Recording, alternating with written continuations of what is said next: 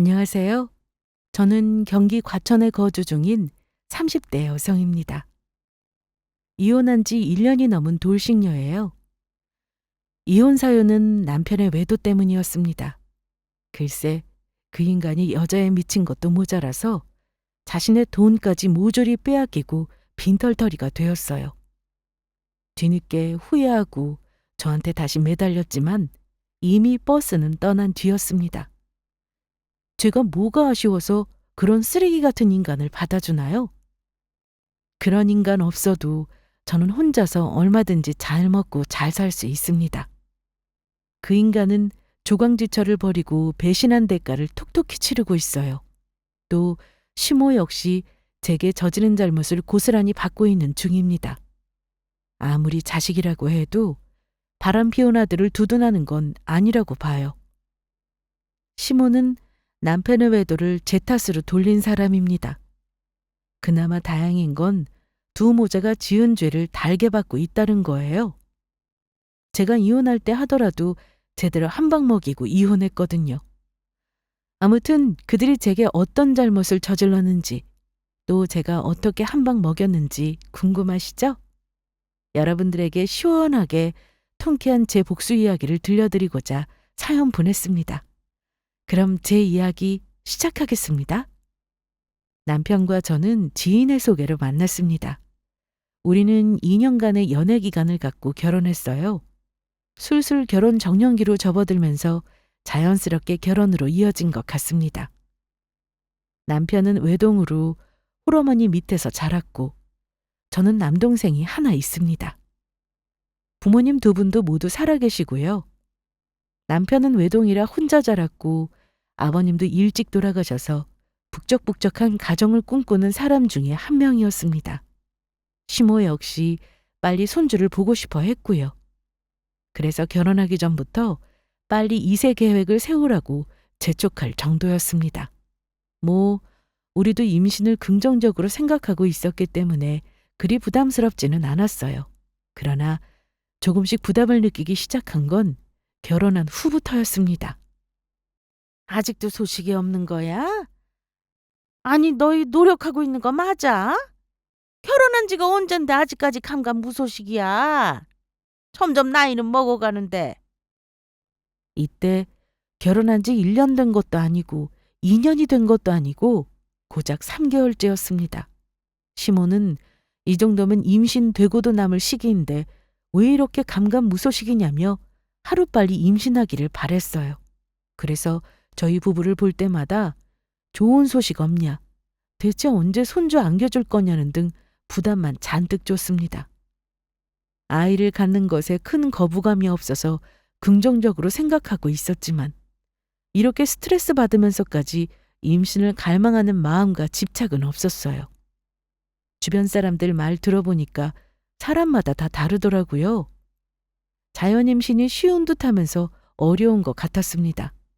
어떤 사람은 쉽게 임신되는 반면에 어떤 사람은 몇 년 동안 소식이 없다가 임신되는 경우도 있더라고요. 저 아마 공통으로 말한 게 조급한 마음으로 아이를 기다리면 오히려 아이가 달아난다고 했습니다. 엄마 마음이 편해야 아이도 잘 생기는 법이라고 했어요. 저도 그 말에 공감하는 바입니다. 그런데 시모가 자꾸 눈치 주고 보채니까 저도 모르게 스트레스를 받게 되더라고요. 안 그래도 제가 예민한 성격이라 스트레스를 잘 받는 편입니다. 그러니 더욱더 마음을 비우고 편하게 가져야 하는데 시모가 옆에서 부추기니까 겨우 다잡은 마음이 불안해져 갔어요. 또 저는 생리불순이 심한 편이었습니다. 그래서 주기적으로 산부인과 진료도 잘 다녔어요. 다행히 혹이 있거나 치료를 유할 부분은 없지만 다낭성 난소 증후군에 살짝 경계라고 했습니다. 크게 위험한 수준은 아니지만 그래도 혹시 모르니까 꾸준히 신경 쓰면서 관리하곤 했어요. 원인은 여러 가지가 있지만 저는 스트레스가 가장 크다고 생각했습니다. 예민한 성격 탓에 작은 것에도 스트레스를 받곤 했거든요. 아무튼 몸과 정신 관리를 계속하면서 산부인과 진료도 정기적으로 받았습니다. 그 이외에는 별다른 이상 없어서 마음만 편하게 먹고 이세 계획을 세우면 될 거라 생각했어요. 그래서 한동안 손주 노래를 부르는 시무를 멀리하게 됐습니다. 그렇게 몇 달이 흐르고 저는 제 몸에 이상한 신호를 눈치채기 시작했어요. 그걸 제일 처음 먼저 알아차린 건 바로 남편이었습니다. 여보, 당신 저번 달에 생리 안 했지? 왜? 아니, 그럼 슬슬 해야 되지 않나 해서. 이번 달 다 지나가는데 아직 생리 안 하잖아. 그러게. 한 달 정도 건너뛴 적은 있지만 2달 동안 안 한 적은 없었는데. 에이, 뭐 곧 있으면 하겠지. 이번 달까지 조금 남았잖아. 당신 종종 소화도 잘 안 되고 아랫배가 뻐근한 게 이상하다고 했잖아. 거기다 생리까지 안 하고 있고. 아무래도 임신 같은데? 그러지 말고 테스트기 한번 해봐. 임신일지도 모르잖아. 그 전달부터 아랫배에 뭉치는 느낌도 있고 뭔가 뻐근한 게 평소와는 다른 느낌을 받았습니다. 그래서 남편에게 종종 아랫배가 조금 이상하다고 말하곤 했어요. 그때마다 남편은 생리하려고 그러나 보다 하고 넘겼고요. 저 역시 그런가 싶어서 크게 신경 안 썼는데 남편이 생리 안 하는 거 보니까 임신일 가능성이 있다면서 테스트기를 사용해 보라고 하더군요. 그래서 저는 알겠다고 하고 남편 몰래 테스트기를 사용해 봤어요. 혹시라도 실망할까 봐 남편 모르게 혼자 해봤습니다.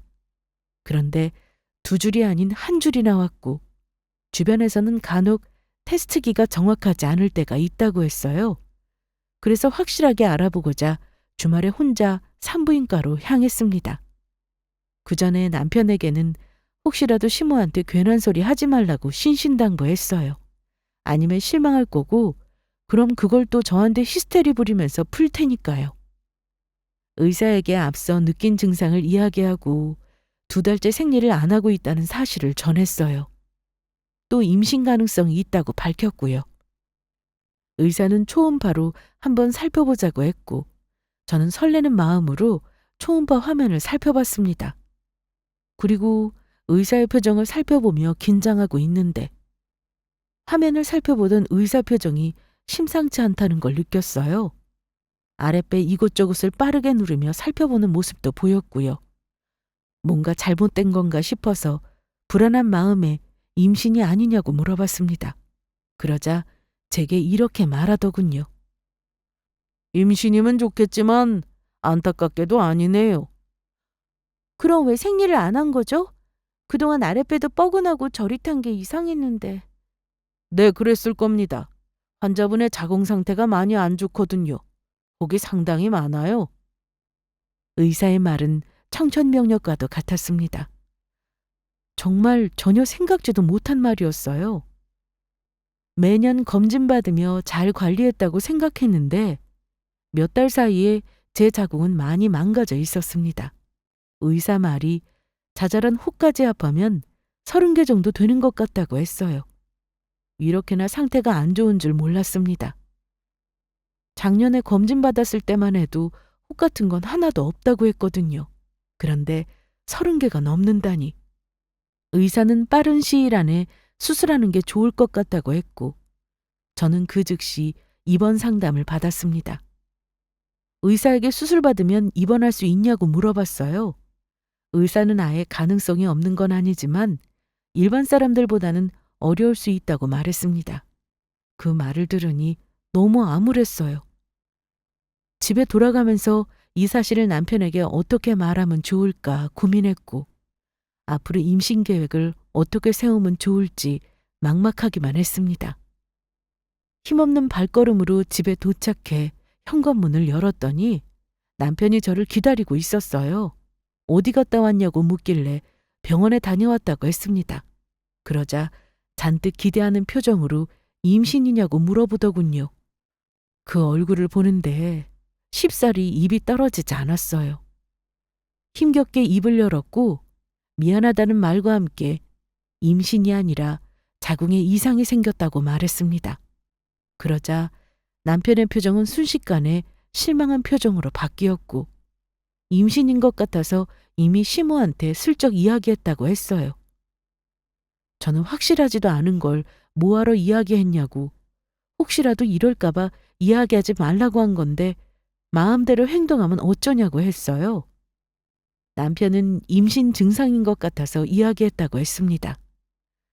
남편이 제멋대로 시모에게 이야기한 게 속상하기도 했지만 한편으로는 서운했어요. 제가 아파서 수술해야 한다는데 그건 조금도 걱정하지 않고 임신이 아니라는 것에 실망한 게 다였습니다.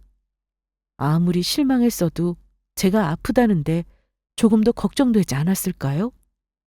실망하더라도 제 몸을 걱정해 줄 줄 알았습니다. 그런데 전혀 걱정하는 기색이 없었어요. 임신한 줄 알고 좋다 말았다면서 아쉬워하더니 시모한테 어떻게 말하면 좋을지 걱정하더군요. 저 역시 생각지도 못한 수술에 마음만 심란했습니다.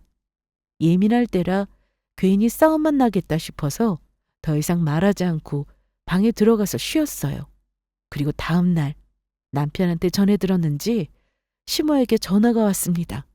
예상대로 노발대발 난리치더군요. 이게 무슨 소리야? 수술이라니? 드디어 손주 보는구나 하고 좋아하고 있었는데 이게 뭐냐? 그러게요, 어머니. 저도 깜짝 놀랐어요. 아니, 그보다도 수술하면 아이 가질 수 있다냐? 가질 수는 있지만 일반적인 사람들보다는 어려울 수 있다고 했어요. 그래도 요즘은 기술이 발달해서 인공수정이랑 시험관으로 아이 가질 수 있어요. 노력하면 자연 임신도 가능하고요. 가능하긴 뭘 가능해? 수술할 정도면 차공 상태가 영 안 좋다는 건데. 아이고, 이걸 어쩌면 좋아. 이러다 영영 손주 구경도 못하는 거 아니야? 우리 아들만 불쌍하게 됐네. 아이고, 내 팔자야. 내가 이럴 줄 알았어. 너한테 문제가 있으니 그동안 아무런 소식이 없었지? 너 이거 어떻게 책임질 거야? 시모는 이야기를 듣자마자 이게 불임과 뭔 차이냐면서 본인과 아들만 불쌍하게 됐다며 한숨을 푹 쉬어댔어요. 그 말을 들으니 뭐라 할 말이 없더군요. 믿었던 남편도 그렇고 시모도 그렇고 제 몸 상태에 관한 걱정은 조금도 없었습니다. 시모는 저를 아예 불임 취급했어요. 저 때문에 집안 대가 끊기게 생겼다면서 남편이 너무도 불쌍하다고 했습니다. 하필 임신도 못하는 저 같은 걸 만나서 이게 무슨 고생이냐고 했어요. 그 말을 듣는데 서운하면서도 틀린 말은 아니라서 반박할 수가 없었습니다. 저는 친정 부모님께도 이 사실을 말씀드렸어요. 그러자 엄마는 수술받고 잘 회복하면 얼마든지 아이 가질 수 있다면서 마음 편하게 먹으라고 하셨습니다. 자연 임신하면 좋겠지만 그게 아니더라도 상관없다면서 요즘 기술이 얼마나 좋은데 뭐가 걱정이냐고 하셨어요. 어떻게든 회복만 잘하면 아무 문제 없을 거라며 저를 위로해 주셨습니다. 물론 한편으로는 걱정하셨겠죠. 하지만 당사자가 제일 많이 걱정하고 괴로워하고 있다는 걸 잘 알기 때문에 본인의 걱정을 숨기고 저를 위로하기 바빴습니다. 가족이란 게 바로 이런 거 아닐까요? 이 말을 남편에게 제일 먼저 듣고 싶었는데 그러지 못한 게 너무 서운했어요.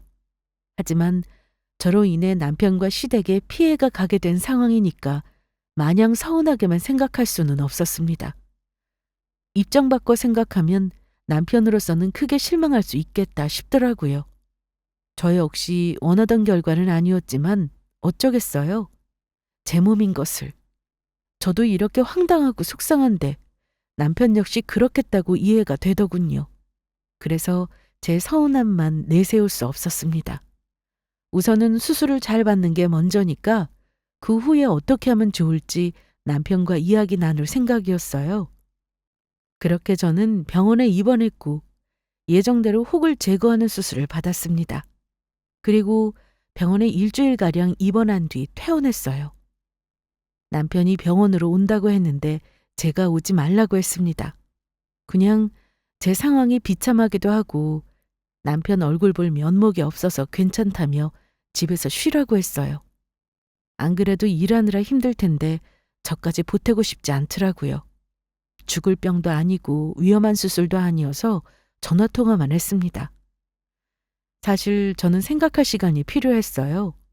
병원에 입원해 있으면서 앞으로 어떻게 하면 좋을지 진지하게 생각하고 또 생각했습니다. 그리고 내린 결론이 남편과의 이혼이었어요.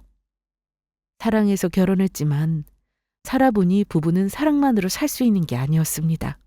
더군다나 남편은 아이를 바라고 있는 사람이잖아요. 제가 불임 판정받은 건 아니지만 혹시라도 아이 갖는 게 힘들어지게 된다면 남편은 남편대로 저는 저대로 힘든 시간을 보내게 될 것 같았습니다. 결혼 생활이라는 건 저만 생각할 수는 없는 거였어요. 어쩌면 우리의 관계를 정리하는 게 서로를 위한 일이라고 생각했습니다. 그래서 퇴원한 후에 집에 돌아와서 남편에게 이혼하자는 말을 꺼냈어요. 남편은 수술 잘 받고 와서 갑자기 그게 무슨 소리냐며 당황스러워했습니다. 수술은 잘 받았지만 자연 임신이 잘 안 될 수도 있고 인공수정에 시험관까지 힘든 과정을 겪을 수 있다고 했습니다. 나로 인해 남편이 힘들어하는 걸 볼 자신이 없다고 했어요. 만에 하나 시모 말처럼 대가 끊길 수도 있는 거 아니냐고 했습니다. 그럼 우리는 돌이킬 수 없을 정도로 힘들 거라고 했어요. 그럴 바에는 헤어지는 게 서로를 위한 일이라고 했습니다. 제 말을 듣고 곰곰이 생각하던 남편은 이렇게 말했어요. 그래, 당신 말처럼 쉽지 않을 거야. 하지만 나 당신 사랑해. 당신도 나 사랑하잖아. 사랑하는 마음이면 아무리 힘들어도 다 용서할 수 있고 서로 의지하면서 잘 넘어갈 수 있다고 생각해. 사랑하는데 헤어지는 거 말도 안 되는 짓이야. 우리 서로 행복하려고 결혼한 거잖아. 너무 부정적으로 생각하지 말고 열심히 노력하자. 그럼 분명 아이 가질 수 있을 거야. 저는 이혼만이 서로를 위한 최선의 선택이라 생각했습니다. 그러나 남편의 생각은 달랐어요. 서로 사랑하는데 왜 헤어져야 하냐고 했습니다. 듣고 보니 맞는 말이더군요. 그래서 저는 정말 괜찮은지 물어봤습니다. 열심히 노력해도 아이가 생기지 않아도 괜찮은지 물어봤어요. 그걸 다 감당할 수 있는지 신중하게 생각해보고 이야기해달라고 했습니다. 그러자 남편은 생각할 것도 없다면서 저 없는 생활은 상상할 수도 없을 만큼 저를 사랑한다고 했어요. 그 말을 들으니 눈물이 마구 흘러내렸습니다. 이날 남편과 많은 이야기를 나누며 그간 쌓인 감정을 풀어내렸어요. 사실 수술 받기 전에 저를 걱정하지는 않고 임신이 아니라는 사실에 실망하던 모습에 서운했다고 말했어요. 남편의 마음을 이해하지만 그래도 내가 몸이 안 좋아서 수술 받아야 한다는데 조금도 걱정해주지 않는 것 같아서 그게 몹시 서운했다고 했습니다. 그러자 그 부부는 미안하다고 사과하더군요. 그때는 임신일 거라고 기대를 많이 하고 있었던 터라 자신도 모르게 실망한 티를 낸 것 같다고 진심으로 미안하다며 사과했어요. 그리고 자연 임신 가능성이 아예 없는 것도 아니고 열심히 노력하다 보면 분명히 좋은 소식이 있을 거라고 했습니다. 기술도 좋아져서 인공수정이든 시험관이든 뭐든 받을 준비가 되어 있다고 했어요. 만에 하나 그것도 어렵다고 하면 그냥 우리만 생각하고 살자고 했습니다. 아이보다 제가 더 소중하고 중요하다고 했어요. 이날 남편의 말을 듣고 많은 생각이 들었습니다. 감동받은 것도 있지만 남편이 나를 이렇게나 많이 사랑해주고 있구나 라는 생각에 참 고맙더라고요. 남편과 이혼하면 그냥 혼자 조용히 살 생각이었는데 남편 덕에 저는 다시 용기를 얻게 되었습니다.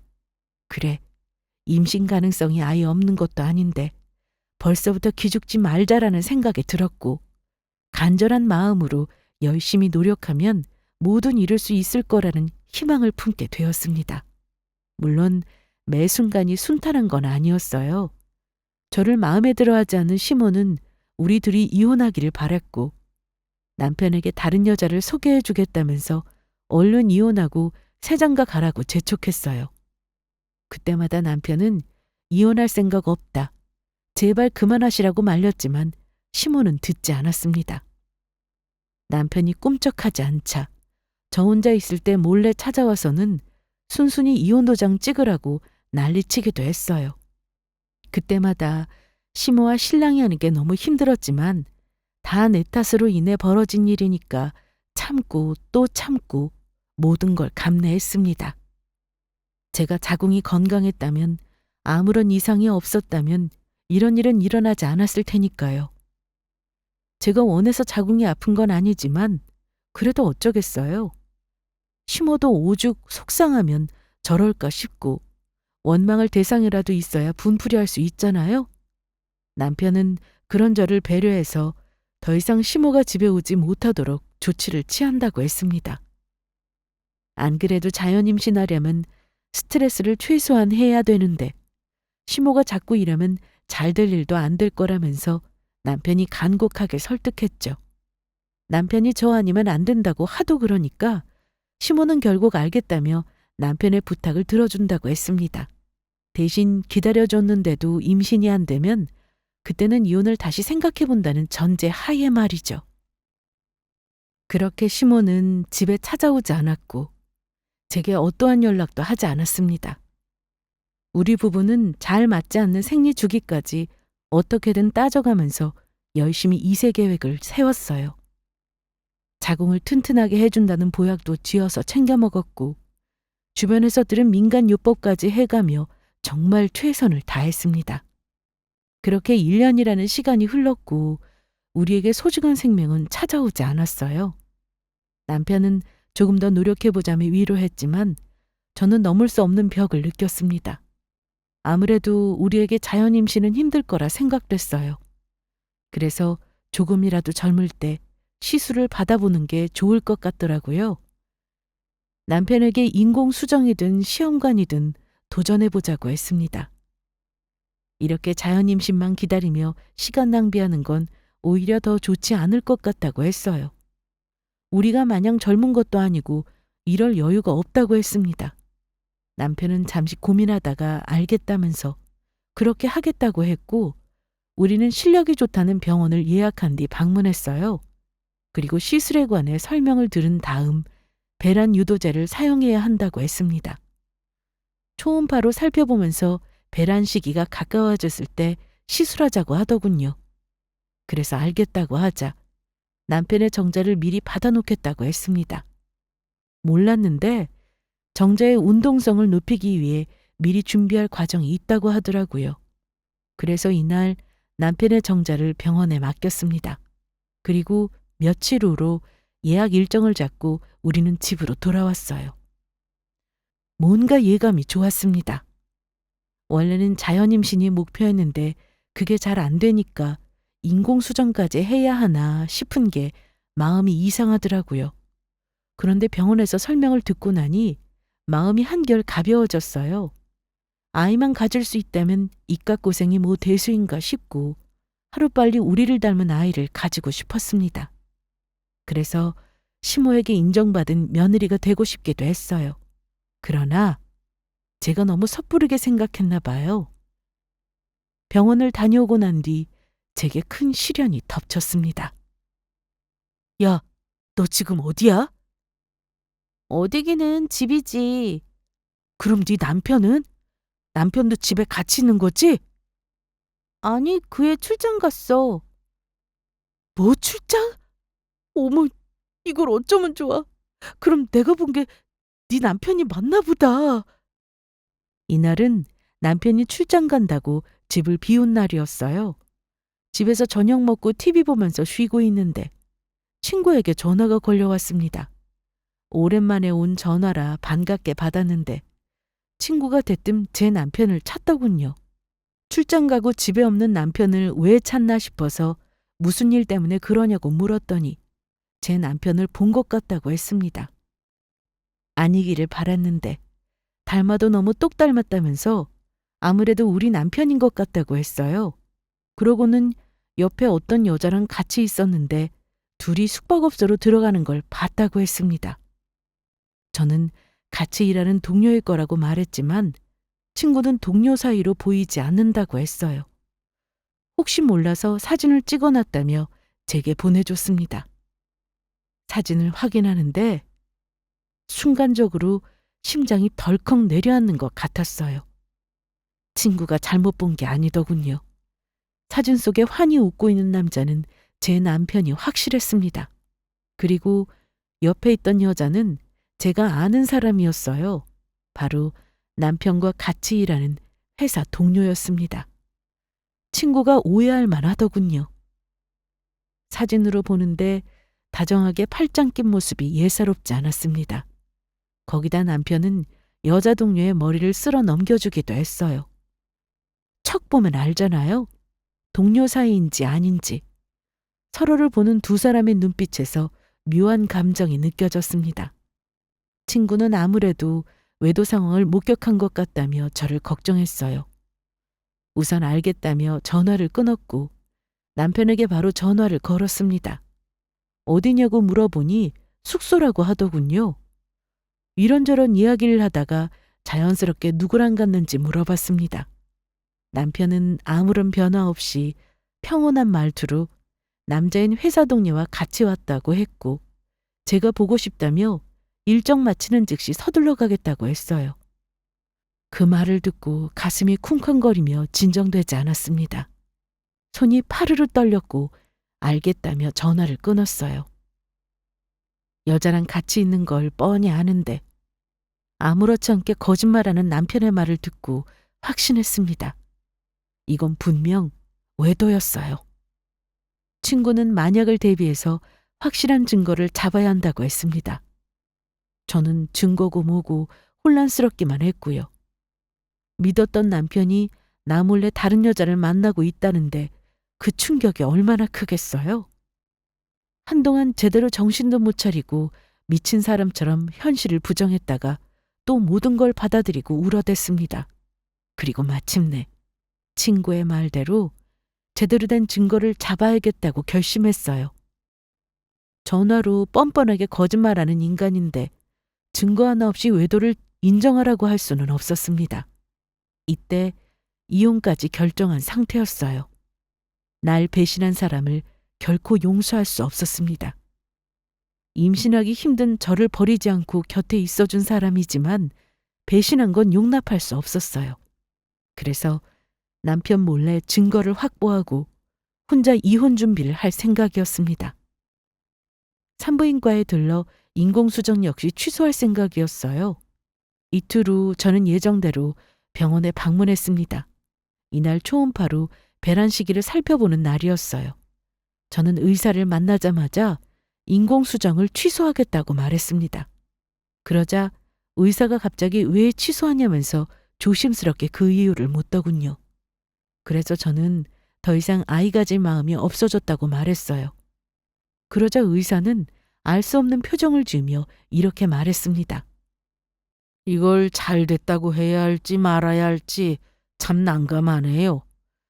무슨 이유로 아이 가질 결심을 돌리신 건지는 몰라도 환자분 뜻대로 아이는 생기지 않을 거예요. 그때 남편분께 받은 정자를 살펴봤는데 재기능을 하는 정자가 없었습니다. 이 상태면 자연 임신은커녕 인공수정도 어려워요. 네? 그게 무슨 말씀인가요? 남편한테 문제가 있다는 건가요? 네, 무정자증입니다. 저희도 확인해보고 깜짝 놀랐어요. 이걸 어떻게 말씀드려야 하나 고민했는데 다행히 아이 가질 마음을 접으셨다고 하니 불행 중 다행이네요. 남편이 무정자증이라니. 남편의 외도만큼이나 큰 충격이었습니다. 그동안 왜 이렇게 임신이 안 됐던 건지 그 이유를 명확하게 알 수 있었어요. 물론 제게도 문제가 있죠. 하지만 저는 임신이 아예 안 되는 상황은 아니었잖아요. 적지만 자연 임신 가능성이 있었습니다. 반면에 남편은 무정자증이고요. 이건 애초에 가능할 수 없는 일이었던 거예요. 제가 아무리 약을 먹고 회복에 신경 쓴다고 해도 남편이 무정자증인 이상 임신을 꿈도 꿀 수 없는 상황이었습니다. 그것도 모르고 그동안 죽어라 노력한 게 허무하기도 했고 바람 피운 남편이 원망스러웠어요. 다음 날 저는 남편의 외도 증거를 찾기 위해 업체에 이 일을 맡겼습니다. 빠르면 일주일 안에, 더 걸리면 한 달 안에는 무조건 증거를 잡을 수 있다고 하더군요. 그래서 그동안은 별다른 티 안 내고 하루빨리 증거만 확보되기를 바랬어요. 그러던 어느 날 마침내 기다리던 증거를 손에 넣을 수 있었습니다. 둘이 퇴근하고 같이 숙박업소에 들어가는 사진이 찍혔어요. 그런데 마지막 사진은 조금 이상했습니다. 산부인과에 들어가고 나오는 사진이더군요. 뭐지 싶어서 업체에 전화했더니 최근에 둘이 산부인과에 들어가고 나오는 걸 찍었다고 합니다. 성병이나 임신 가능성이 있을 수 있다고 했어요. 하다 내가 별꼴을 다 보는구나. 헛웃음만 나왔습니다. 며칠 후 저는 이혼 준비 마무리를 다 한 다음 남편에게 이혼하자는 말을 꺼냈어요. 그러자 갑자기 왜 이러냐면서 아무것도 모른다는 듯 뻔뻔하게 굴더군요.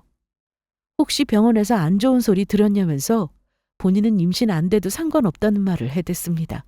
그러면서 저를 안으려고 하길래 이 더러운 손 치우라면서 남편의 손을 쳐냈습니다. 남편은 평소와 다른 제 행동에 크게 놀란 듯 했어요. 그래서 저는 그런 남편을 똑바로 쳐다보며 너 같은 쓰레기와는 같이 지낼 마음 없고 가능하지도 않지만 가능하다고 해도 아이 가질 마음도 없다고 밝혔어요. 그러자 제게 갑자기 왜 이렇게 이상하게 구냐면서 화를 내더군요. 그래서 저는 미리 준비해둔 외도 증거 사진을 남편에게 던졌습니다. 바닥에 떨어진 사진을 살펴보더니 이내 한숨을 푹 내쉬었어요. 그리고 제일 첫 마디가 어떻게 알았냐는 말이었습니다. 그게 뭐가 중요해? 네가 날 배신했다는 게 중요하지. 언제는 아이고 뭐고 다 필요 없고 나만 있으면 된다며. 도대체 어디부터 진실이고 어디부터 거짓이니? 나만 있으면 된다고 할 때는 언제고 나 몰래 다른 여자를 만나? 그것도 같이 일하는 회사 동료랑? 대체 언제부터야? 언제부터 날 감쪽같이 속인 거냐고? 남편의 외도 사진을 보니 다시 한번 열이 올랐습니다. 그동안 날 배신한 걸 생각하니 참을 수 없더라고요. 손으로 남편의 가슴팍과 뺨을 마구 때리며 언제부터 날 배신했는지 물었습니다. 그러자 남편은 제 앞에 무릎을 꿇더니 잘못했다며 빌었어요. 그 여자에게 관심이 간 건 몇 달 됐고 본격적으로 만난 건 2달 정도 됐다고 했습니다. 이렇게 바람 피울 거면 내가 이혼하자고 할 때 순순히 도장 찍지 뭐하러 이런 꼴을 보이게 하냐며 원망어린 말을 뱉었어요. 그러자 남편은 여전히 저를 사랑한다며 이혼만은 절대 안 된다고 했습니다. 나를 한번 배신한 너를 내가 어떻게 믿고 받아주니? 왜? 그 여자 정리하고 나한테 싹싹 빌면 내가 널 용서해 줄 줄 알았어? 아니, 그렇게 생각 안 해. 용서하는 거 쉽지 않겠지. 그런데 이 부분만 빼면 나 당신한테 좋은 남편이었잖아. 이 한 번의 잘못으로 날 다 평가하지 않았으면 좋겠어. 그리고 나 지금 만나는 사람이랑 못 헤어져. 당신이랑도 못 헤어지고. 이건 또 뭔 소리야? 미친 소리라고 생각하겠지만 당신도 사랑하고 그 사람도 사랑하고 있어. 둘 다 좋은 걸 어떡해? 뭐라고? 야, 이 미친놈아! 그걸 지금 말이라고 해? 미치고 팔짝 뛸 노릇이죠. 둘 다 사랑한다니. 진짜 이때 뭐 이런 정신병자가 다 있나 싶었습니다. 경멸을 넘어서서 역겹기까지 하더라고요. 당장 정리하겠다고 싹싹 빌어도 받아줄까 말까 한 마당에 둘 다 포기할 수 없다는 말을 해대다니. 그것도 뻔뻔하게. 남편을 다 알고 있다고 생각했는데 한참 잘못 생각했습니다. 이렇게 미친놈인 줄은 전혀 몰랐어요. 아니 제멋대로 바람 피워놓고 둘 다 포기 못한다고 하면 저더러 뭐 어쩌라는 건가요? 지금이 뭐 일부 다처제가 허용되는 것도 아닌데 둘 다 사랑해서 포기할 수 없다고 말하니까 기가 막히더군요. 그래서 너 같은 정신 이상자랑은 같이 살 마음 없다고 했습니다. 네가 포기를 하든 말든 내 쪽에서 널 포기하고 버릴 테니 그렇게 하려고 했어요. 이미 증거 다 확보했고 짐 챙겨서 시댁으로 보낼 테니 몸만 나가라고 했습니다. 그리고 준비해둔 이혼 서류를 내밀었어요. 내가 원하는 조건으로 도장 찍어주지 않으면 소송으로 이어질 거라고 했습니다. 니까짓 게 뭔데 내 아들을 쫓아내? 바람 한번 피운 게 모글이 죽을 때라고 애를 쫓아내냔 말이야? 뭐 이혼? 웃기고 있어. 임신도 못하는 거 데리고 살아준 게 누군데? 그 은혜도 모르고 어디서 위자료를 우는애? 우리 아들은 아무런 잘못 없어. 이게 다 너 때문에 일어난 일이라고. 네가 임신만 했어도 걔가 한눈 팔았겠어? 네가 아내로서 내조를 잘 못하니까 다른 여자가 눈에 들어오는 거 아니겠냐고? 시모는 감히 애도 못 가는 게 남편을 쫓아냈다고 노발대발했고 니까짓 게 뭔데 먼저 이혼하자는 소리를 짓거리냐며 괘씸해했습니다. 본인 아들이 바람 피운 건 순전히 저 때문에 벌어진 일이라고 했어요. 제가 얼마나 부족하면 착한 아들이 한눈 팔았겠냐면서 위자료고 뭐고 절대 한 푼도 줄 수 없다고 했습니다.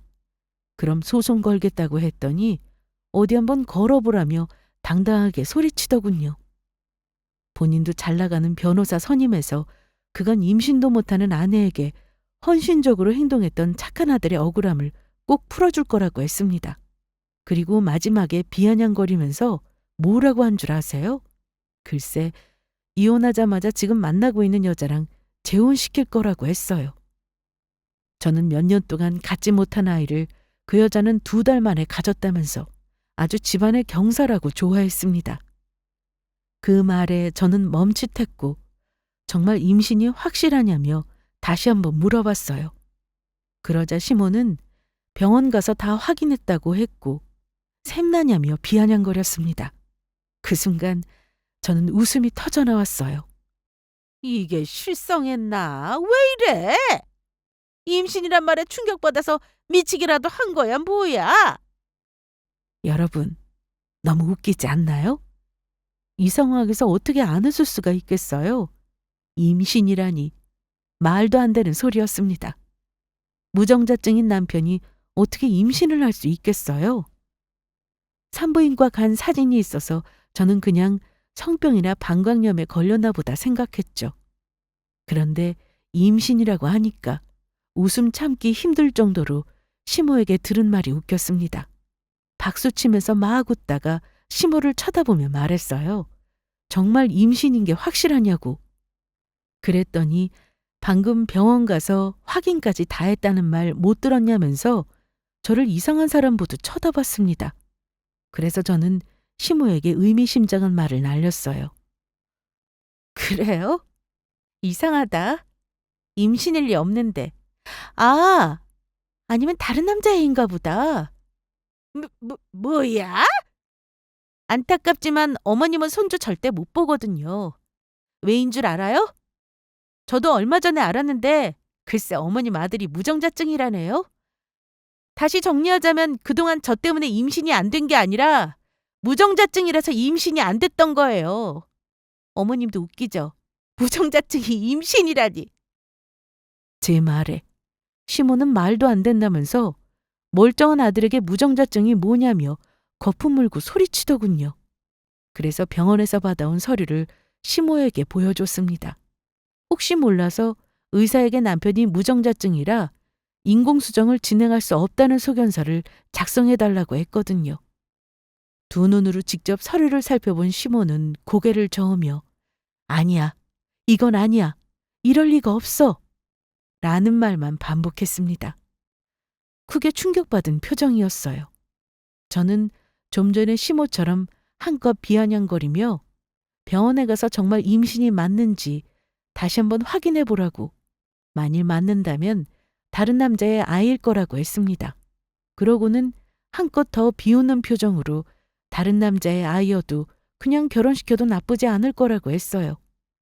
무정자증이라 어차피 자식 보기 글렀는데 다른 남자의 아이라도 그게 어디냐고 했죠. 그렇게 손주 노래 불렀으니 이걸로 만족하라고 했습니다. 제 이야기를 들은 시모는 자리에 주저앉으며 멍하니 서류만 쳐다봤습니다. 하긴 본인 아들이 무정자증일 줄은 몰랐겠죠. 손주 보는 게 소원인 사람인데 죽을 때까지 영영 못 보게 생겼으니 그 충격이 어마어마할 겁니다. 저는 시모에게 더는 그쪽 집안과 엮이고 싶지 않으니 좋게 좋게 이혼에 합의하라고 말했어요. 남편이 어떤 여자를 만나건 그 여자가 다른 사람의 아이를 임신했건 하나도 중요하지 않다고 했습니다. 날 배신하고 외도를 저지른 건 명백한 사실이니 그에 합당한 피해 보상금을 받겠다고 했어요. 그게 아까워서 구질구질하게 버틴다면 바로 소송 걸겠다고 했습니다. 이혼 소송이란 게 얼마나 지긋지긋한 건지 시모는 잘 모르는 것 같아서 대략적으로 설명해 줬어요. 시간이고 돈이고 다 낭비해야 하는 짓인데 그걸 다 감수하고서라도 소송 걸겠다고 했습니다. 저는 더 이상 잃을 것도 없고 남편에게 큰 충격받은 이후로 웬만한 것에 놀랍지도 않다고 했어요. 얼마든지 자신 있으니 버틸 수 있으면 버텨보라고 했습니다. 그리고 소송 걸면 시간과 돈을 더 투자하는 거니까 위자료를 더 높게 부르겠다고 했어요. 시모는 우선 나중에 이야기하자며 넋이 나간 사람처럼 집을 나갔습니다. 저는 남편에게도 똑같이 말했고 생각할 시간을 딱 이틀 주겠다고 했어요. 그리고 정확히 이틀 후 남편은 저를 찾아와서 대뜸 무릎 꿇고 전보다 더 싹싹 빌기 시작했습니다. 그 모습에 갑자기 왜 이러냐고, 설마 위자료 조금 주고 떼우려고 수수는 거냐고 물었어요. 그런데 글쎄 이 인간이 내연녀 정리했다면서 저랑 다시 잘해보고 싶다는 소리를 짓거렸습니다. 뭐? 다시 나랑 잘해보고 싶다고? 너 미쳤니? 내가 말했지? 너 같은 쓰레기랑은 한시도 엮이고 싶지 않다고! 여보, 내가 정말 잘못했어. 나한테 실망하고 화 많이 난 거 알아. 그 여자는 바로 정리했어. 생각해보니까 나한테 소중한 건 그 여자가 아니라 당신이더라고. 웃기고 있네. 언제를 둘 다 사랑한다며. 나도 그런 줄 알았는데 이번에 알았어. 당신이랑 정말 헤어진다고 생각하니까 일도 손에 안 잡히고 그냥 막 미칠 것 같더라. 당신을 두고 어떻게 그 여자를 선택할 수 있겠어? 내가 잠시 사랑이라고 헷갈렸나 봐. 여보, 나한테는 이제 당신밖에 없어. 앞으로도 쭉 그럴 거야. 어쩜 저리 입에 침도 안 바르고 거짓말을 할 수 있는지. 정말 저를 사랑했다면 애초에 바람 같은 건 꿈도 못 꿨을 거라고 했습니다. 아마 내연녀 뱃속의 아이가 본인 아이가 아니라는 걸 알고 헤어진 거겠죠. 그러고 나서 아쉬우니까 저한테 뒤늦게 매달리는 것 같았습니다. 내연녀한테 뒤통수 맞고 저한테 위자료로 다 털리게 생겼으니 이혼은 어떻게든 막고 싶겠죠. 하지만 어림도 없는 소리입니다. 제가 바보도 아니고 그딴 말에 넘어갈 사람이 아닙니다. 진짜 이게 얼마나 사람을 우습게 알면 이딴 식으로 나올까 싶어서 화가 날 지경이었어요. 그래서 한 번 바람 피운 놈은 있어도 한 번만 바람 피운 놈은 없다고 했습니다. 너 같은 놈이 갱생될 일도 없을 뿐더러 된다고 하더라도 같이 살 마음 눈꼽만큼도 없다고 소리쳤어요. 생각할 시간 충분히 줬고 끝까지 버틴다면 바로 소송 걸겠다고 했습니다. 그만큼 나한테 줘야 할 돈은 더 커질 테니 알아서 감수하라고 했어요. 나도 시간과 돈 버리면서 하는 짓이라 악자까지 받아낼 거라고 으름장을 놨습니다. 그러자 남편은 정말 이혼만이 답이냐면서 살며시 꼬리를 내리더군요. 마지막으로 내일 점심때까지 시간 줄 테니 다시 한번 잘 생각해 보라고 했고 그때까지 아무런 연락이 없으면 바로 변호사 찾아가서 소장 접수하겠다고 했습니다. 그렇게 남편은 돌아갔고 다음날 점심이 되자 제가 제시한 대로 합의하겠다는 문자를 보내왔어요. 그렇게 우리는 이혼했고 저는 현재 친정집과 가까운 곳에 혼자 지내고 있습니다. 이혼한 후로 남편의 소식을 다 차단하고 살고 있어요. 굳이 알고 싶은 마음 없고 우연이라도 듣기 싫습니다. 확인해보지 않아도 비참한 삶을 살고 있을 거라 생각해요. 사람이 죄를 지으면 어떻게든 부메랑이 되어 자신에게 돌아온다고 합니다. 전 남편과 시모는 본인이 저지른 죄를 받은 것뿐이에요. 앞으로는 부디 조금 더 사람답게 나은 삶을 살기를 바랍니다. 그럼 지금까지 저의 긴 사연을 들어주셔서 감사합니다.